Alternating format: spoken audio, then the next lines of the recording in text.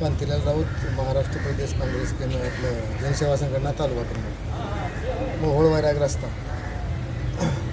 मोहोळ वैराग रस्ता हा पूर्वीचा जुना रस्ता आहे काय.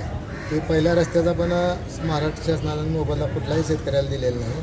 आणि हा रस्ता जे आहे ते शेतकऱ्याच्या मधून गेलेला आहे. त्याच्यामुळं 2 तुकडे शेतकऱ्याचे झालेले आहेत जमिनीचे. आणि आता बी MSIDC मुंबई यांच्यामार्फत कार्यकारी अभियंता महाराष्ट्राचे पायाभूत विकास महामंडळ मुंबई यांच्यामार्फत सध्या रस्ता चालू केलेला आहे. शेतकऱ्याला कुठलीही नोटीस न देता काही करता ठेकेदार मनमानी कारभार करून सर्वे करत आहे. आणि शेतकऱ्याला नाही जर काम करू दिले तर पोलीस बंदोबस्त घेऊन काम करू असे ठेकेदार शेतकऱ्याला दमदाटी करीत आहे. तरी आमचं म्हणणं आहे की रस्ता करायला का आमचा विरोध नाही, तर शेतकऱ्याला काय जो जे शेतकऱ्याची शेती जाते त्या क्षेत्रातून तरी त्या शेतकऱ्याला त्या शेतीचा योग्य मोबदला मिळावा आणि नंतर आपलं काम चालू करावं, एवढं आमच्या शेतकऱ्याची अपेक्षा आहे. काय मागणी केली तरी आता तहसीलदारांना निवेदन दिले?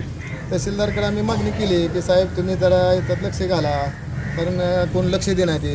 आमदारला पत्र दिलं, खासदारला पत्र दिलं, पूर्वीचे पत्र व्यवहार केलेले आहेत, लक्ष देणं आहेत. आणि काम त्याने खुर्चीवर काम चालू केलेलं आहे जास्त. तरी ते साहेबांना आम्ही बोललो आता तर तुम्ही लक्ष घालून जरा आम्हाला न्याय द्या, एवढीच आमची अपेक्षा आहे. मोबदला काय मागितलं नेमका आता?